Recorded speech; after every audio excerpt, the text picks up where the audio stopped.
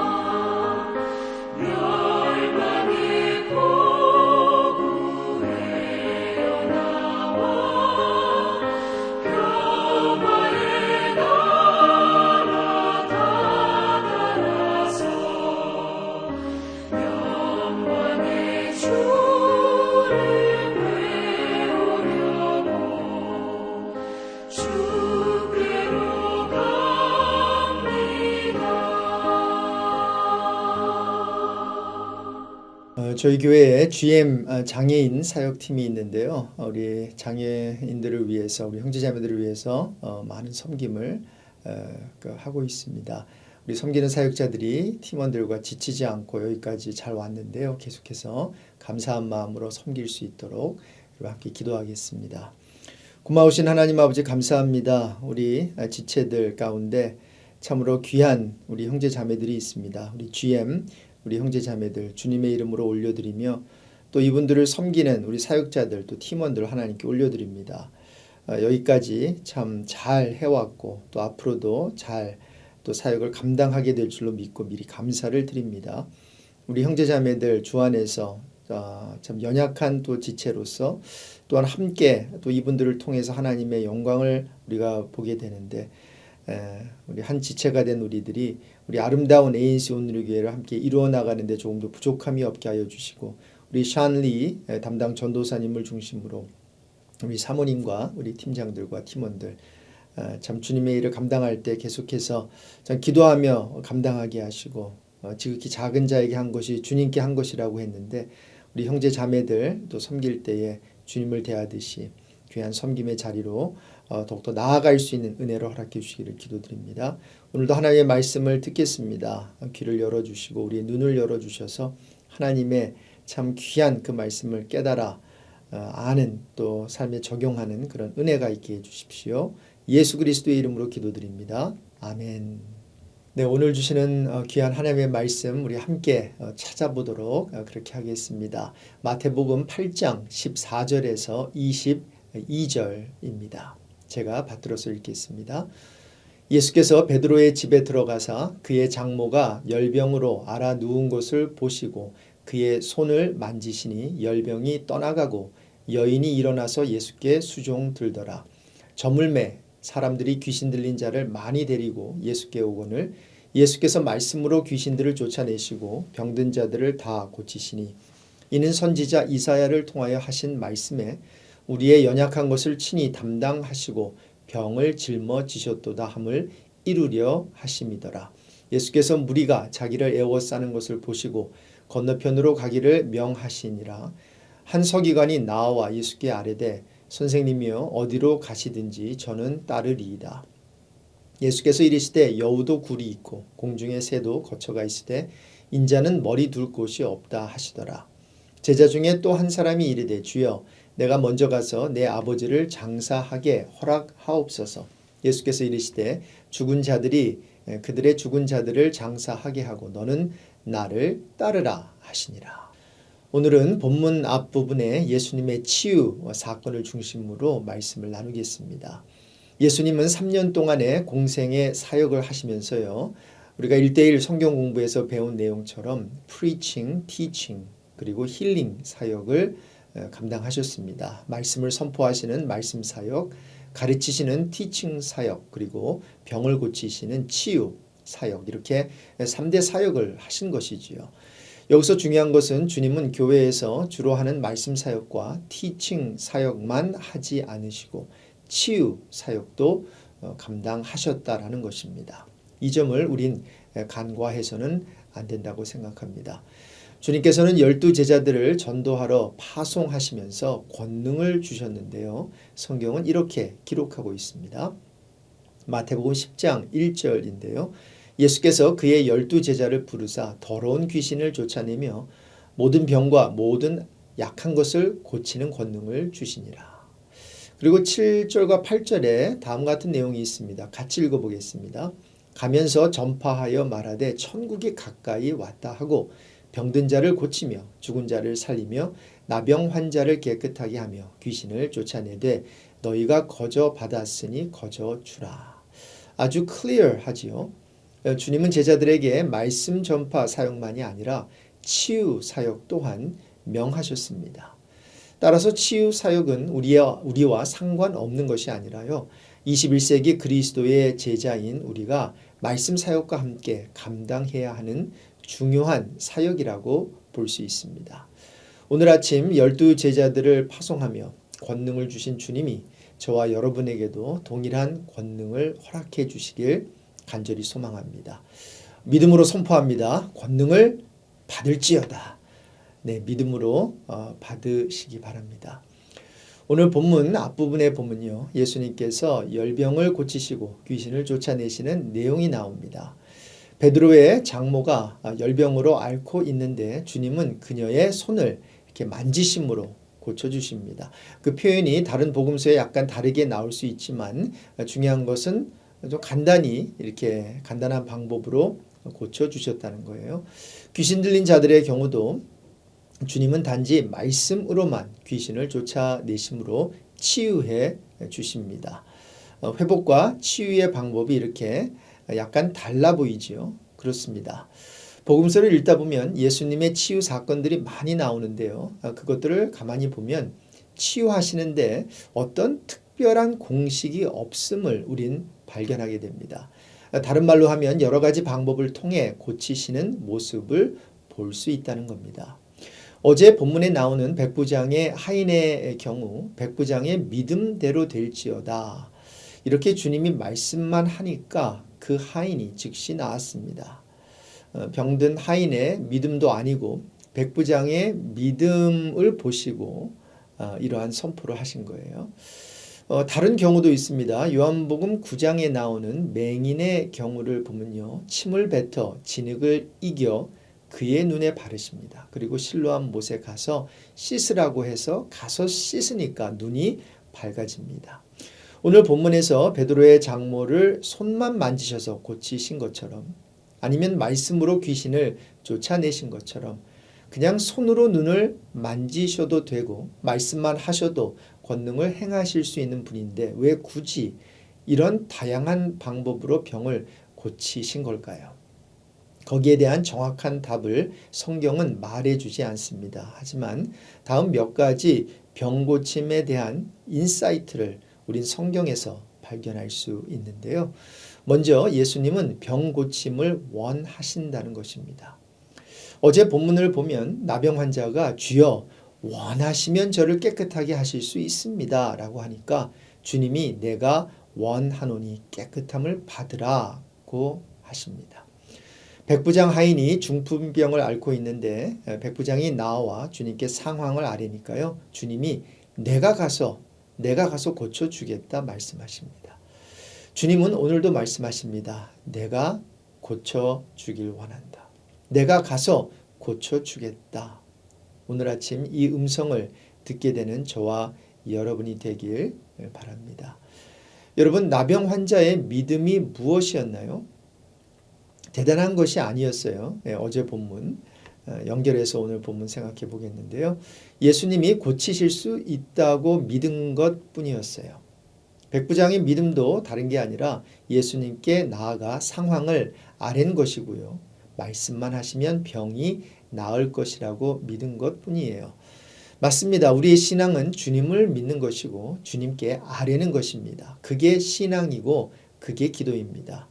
신앙이 부담이 되고 기도가 힘들어지는 이유는 주님께 상황을 아뢰는 것까지는 잘하는데 내가 자꾸 상황을 책임지려고 하다 보니까 어려워지는 것 같습니다. 기도를 하고 나서도 기도한 것까지 내가 응답을 하려고 하니 힘들어지는 것 아니겠어요? 성도 여러분, 상황을 아랜다는 것은 상황을 맡긴다는 의미입니다. 무엇을 맡기면 나의 책임은 거기까지입니다. 그 후에는 그것을 맡은 사람이 문제 해결을 책임져 주는 거예요. 변호사에게 나의 케이스를 맡긴 후에는 그 문제 해결을 위해 내가 할 일은 하나도 없습니다. 의사에게 아픈데 다 말해놓고는 환자 자신이 약도 처방하고 수술도 하고 고치려 하지 않습니다. 그저 의사에게 맡길 뿐입니다. 성경은 말합니다. 너희 염려를 다 모두 주께 맡기라. 이는 그가 너희를 돌보심이라. 기억하십시오. 주님을 우리의 상황을 잘 알고 계실 뿐만 아니라 주님이 우리의 상황을 잘 알고 계실 뿐만 아니라 그 상황에 대해 처방도 갖고 계세요. 좋은 소식은 주님께서 그 상황을 해결해 주시길 원한다는 것입니다. 내가 병 고침을 원하는 것보다 주님이 더 원하십니다. 내가 나의 문제를 해결하기 원하는 마음보다 주님의 마음이 더 간절하다는 사실을 꼭 기억하면 좋겠습니다. 두 번째로 병이 즉시 해결되는 경우도 있지만 점차적인 회복이 있을 수도 있다는 것입니다. 오늘 본문에 나오는 베드로의 장모의 경우 열병이 즉시 떠나가고 여인은 즉시 일어나 예수님께 수종을 듭니다. 15절 내용이지요. 귀신 들린 자들의 경우도 보면요. 주님이 말씀하시니까 금방 나가버립니다. 하지만 그렇지 않은 경우도 있습니다. 점차적인 치유의 이야기도 성경에 나오는데요. 벳세다의 맹인의 경우가 그렇습니다. 주님이 그의 눈에 침을 바르고 양손을 대니까 조금 보이기 시작했어요. 그런데 클리어하지 않았던 모양입니다. 그래서 마가복음 8장 24절에 보니까 사람들이 보이나이다 라고 하면서 그런데 나무 같은 것들이 걸어가는 것을 보나이다 이런 얘기를 해요. 뭔가 퍼지한 거죠. 뭔가 이렇게 희미하게 보인 것 같아요. 그래서 예수님이 다시 손을 눈에 대시고 안수를 하세요. 그랬더니 그의 시력이 회복되었고 밝히 보게 되었습니다. 왜 이렇게 점차적으로 회복이 된 것일까요? 성경은 설명해 주지 않습니다. 다만 그렇게 치유되었다고 기록만 할 뿐입니다. 하지만 한 가지 생각해 볼 부분은 있습니다. 치유를 받을 때 병고침을 받는 자의 입장에서 믿음이 요구되는 경우가 있다라는 것입니다. 주님은 믿음대로 될지어다. 믿음이 너를 구원했다는 표현을 사용하시는 걸 보면 치유를 경험하는 데 있어서 이 믿음이 요구되는 것을 알 수 있습니다. 하지만 항상 그런 것은 아닙니다. 물론 대부분의 병자들은 치유에 대한 믿음이 그들에게 있었습니다. 물론 그 치유에 대한 믿음이라고 하기보다는 좀 더 구체적으로는 그 치유를 가능케 하시는 그 주님에 대한 그러한 믿음이었겠죠. 그분이 모든 것을 주관하시고 그분에게 능력이 있었다라고 하는 그 믿음이 그들에게 있었습니다. 하지만 어느 경우에는 본인이 아니라 가족이나 이웃, 친구들이 주님께 와서 도움을 청하기도 했고요. 치유는 여전히 이루어졌습니다. 백부장의 하인의 경우가 그랬고요. 중풍병자 내 친구의 경우가 그랬습니다. 예수님께서는 하인이 아니라 백부장의 믿음을 보시고 중풍병자가 아니라 그의 친구들의 믿음을 보시고 그 사람의 병을 고쳐주셨습니다. 성경은 이렇게 치유의 과정에 있어서 병자 자신의 믿음이 치유에 중요한 역할을 하는 것은 당연하지만 어떤 경우는 병자의 역할은 하나도 없고요. 단지 도움을 청하는 삼자와 함께 주님의 뜻과 의지만 작용하는 경우도 있음을 우린 알아야 한다는 것입니다. 마지막으로 예수님은 병만 고치신 게 아니라요. 우리 육체의 연약함과 질병을 자신이 친히 담당하셨습니다. 오늘 본문에도 보면요. 마태는 이사야서를 인용하면서 이런 말을 합니다. 17절입니다. 이는 선지자 이사야를 통하여 하신 말씀에 우리의 연약한 것을 친히 담당하시고 병을 짊어지셨도다 함을 이루려 하심이더라.